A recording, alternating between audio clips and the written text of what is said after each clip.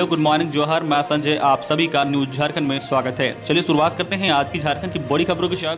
पहली बड़ी खबर की बात करें तो 5 राज्यों का चुनाव शेड्यूल 2 मार्च से 2 मई, अरब सागर से गंगा सागर तक 62 दिनों का चुनावी त्यौहार। वोटिंग 27 मार्च से, सभी राज्यों के नतीजे 2 मई को।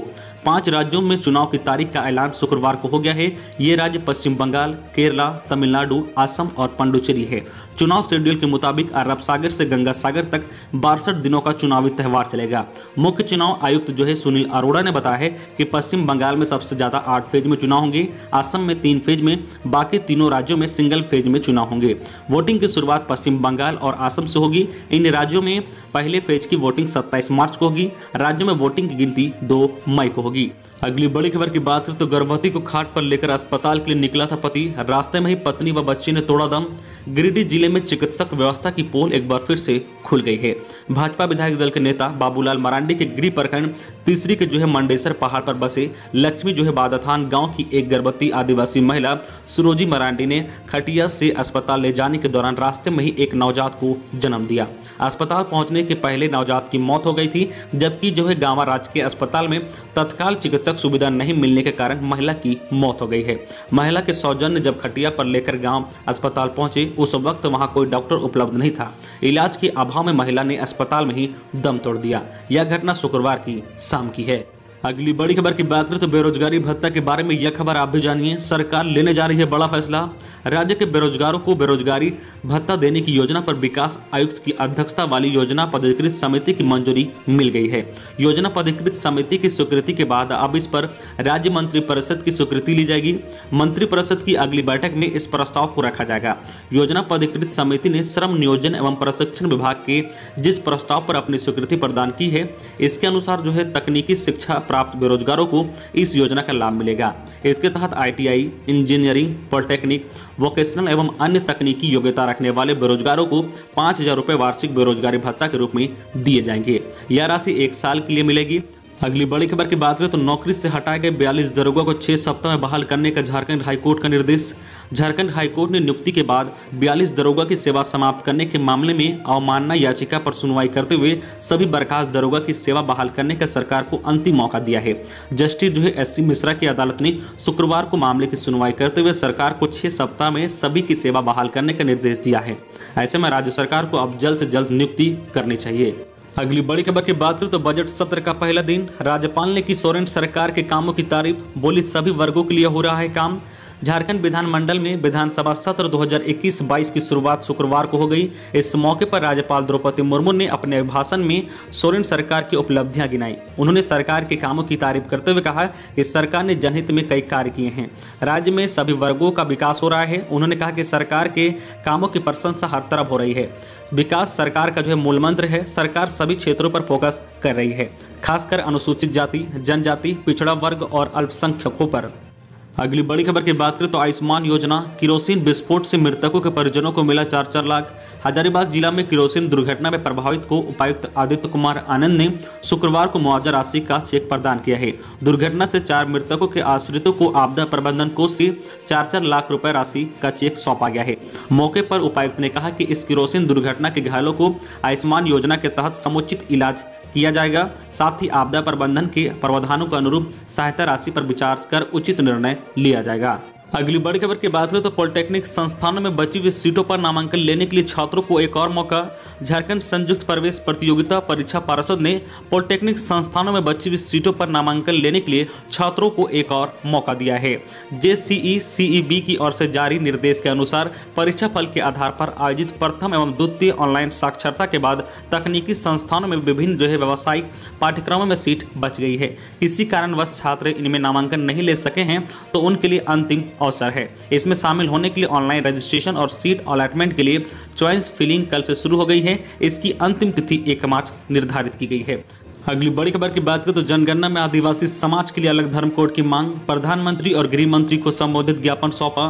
वर्ष 2021 की जनगणना में प्रापत्र में आदिवासी धर्म कोड की मांग को लेकर राष्ट्रीय आदिवासी इंडिजीनियस धर्म समन्वय समिति भारत के राष्ट्रीय उपाध्यक्ष देव कुमार धान के नेतृत्व में प्रधानमंत्री, गृह मंत्री एवं भारत के जनगणना महारजिस्ट्रार को मांग पत्र सौंपा गया है। संगठन के प्रतिनिधिमंडल ने नई दिल्ली पहुंचकर संबंधित मांग पत्र अलग अलग कार्यालयों को समर्पित किया है। इस मांग पत्र में कहा गया है कि भारत के प्रथम जनगणना 1871 से लेकर 1951 तक हम आदिवासियों के लिए जनगणना प्रापत्र में अलग धर्म कॉलम की व्यवस्था थी, जिसे 1961 में जनगणना प्रापत्र में एक साजिश के तहत हटा दिया गया था। आदिवासियों के धर्म को अन्य धर्म के कॉलम में डाल दिया गया था। उस हटाए गए आदिवासी धर्म कोड को जनगणना प्रापत्र में पुनः स्थापित किया जाए ताकि पूरे देश में 15 करोड़ आदिवासियों को उनकी धार्मिक पहचान मिल सके तथा आदिवासियों की जनगणना ठीक ढंग से हो।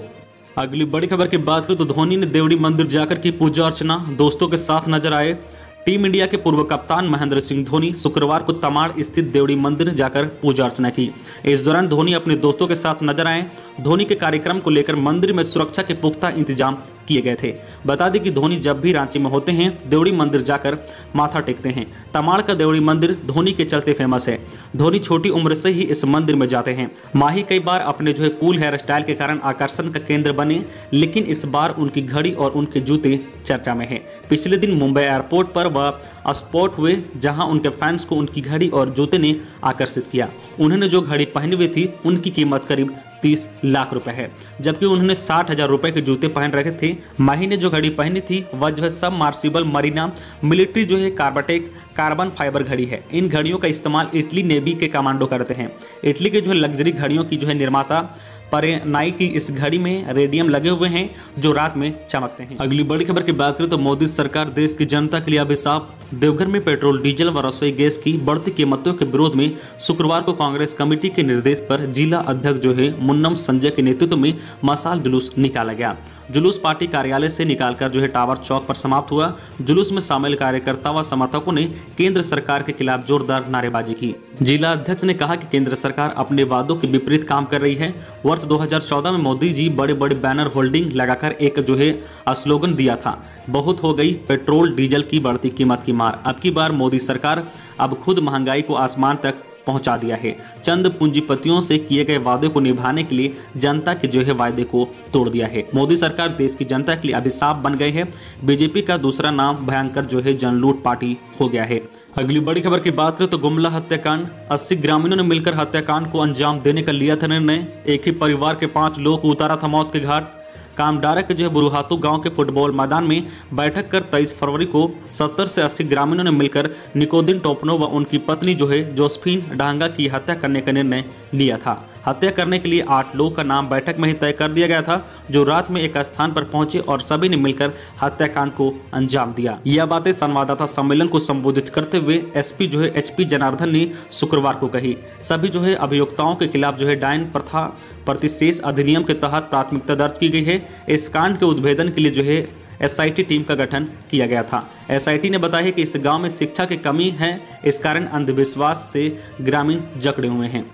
अगली बड़ी खबर की बात करें तो 1 करोड़ का जेवरात चुराने के आरोपित को दिल्ली पुलिस ने दबोचा। गिरिडीह जिले में दिल्ली पुलिस ने 2.5 किलो सोने के जेवरात चोरी करने के आरोपित अनिल दास को शुक्रवार को नियामाघाट थाना क्षेत्र से गिरफ्तार कर लिया है। वह अपने मौसी के घर छुपा हुआ था। अनिल दास जमुआ का रहने वाला है। गिरफ्तार करने के बाद दिल्ली पुलिस ने उसे गिरिडीह की ई अदालत में पेश किया। अदालत के आदेश पर रजिस्ट्रेड रिमांड पर दिल्ली पुलिस उसे अपने साथ ले गई है। अनिल दास दिल्ली के बसंत विहार में एक जेवरात की दुकान में काम करता था। उसी दुकान से उसने जेवरात की चोरी की थी। चोरी करने के बाद वह अपने घर भाग गया था। चुराए गए जेवरात की कीमत करीब 1 करोड़ रुपए है। अगली बड़ी खबर की बात करें तो अब एक क्लिक पर मिलेगा मुकदमे की सारी जानकारी। रखना होगा इन बातों का ख्याल। अब एक क्लिक करते ही आपको मिलेगी मुकदमे की सारी जानकारी। ई कोर्ट सेवा के तहत शुक्रवार को प्रधान जिला एवं सत्र न्यायाधीश बसंत कुमार गोस्वामी ने सिंगल विंडो काउंटर का सिविल कोर्ट धनबाद में उद्घाटन किया। इस मौके पर न्यायाधीश श्री गोस्वामी ने कहा कि सर्वोच्च न्यायालय द्वारा शुरू की गई कोर्ट सेवा अपने आप में एक अनूठी पहल है। अब वादकारियों को अपने मुकदमे की जानकारी के लिए कोर्ट क्लर्क की मिन्नतें नहीं करनी पड़ेगी। कोई भी व्यक्ति जो है काउंटर पर आकर अपने मुकदमे की जानकारी प्राप्त कर सकता है, वो भी मुफ्त में। न्यायाधीश ने बताया कि जानकारी लेने के लिए मुकदमे के पक्षकार को case number, file number, FIR number बताकर मुकदमे की जो है अद्यतन स्थिति की जानकारी प्राप्त कर सकते हैं। अगली बड़ी खबर की बात करें तो झारखंड के खूंटी में हो रही अफीम की अवैध खेती, पुलिस ने अफीम के साथ 3 तस्कर को किया गिरफ्तार। झारखंड के खूंटी जिले में अफीम तस्कर सक्रिय हो गए हैं। जिले में की गई अफीम की फसल से अब अफीम निकाला जा रहा है, तस्कर उसकी बिक्री करने में जुट गए हैं। जिला पुलिस ने 2 अलग अलग थाना क्षेत्रों से अवैध अफीम के साथ 3 तस्करों को गिरफ्तार किया है। पहला मामला जो है मुर्रू थाना क्षेत्र का है। गंजू जो है कंडीर को अफीम, कार और मोबाइल और बैंक संबंधित दस्तावेज के साथ पकड़ा गया है, जबकि जो है रनिया थाना क्षेत्र से अर्जुन सिंह और भोला सिंह को अफीम के साथ गिरफ्तार किया गया है। तो ये थी आज की झारखंड के टॉप बड़ी खबरें। इसी तरह झारखंड की हर छोटी बड़ी खबर देखने के लिए आप हमारे चैनल न्यूज झारखंड चैनल को सब्सक्राइब करके बेल आइकन प्रेस कर दीजिए, जिससे आपको झारखंड की हर छोटी बड़ी खबर का अपडेट आप तक पहुंचता रहे। तो आज के लिए बस इतना ही, हमें दीजिए इजाजत, फिर मिलते हैं नेक्स्ट न्यूज में।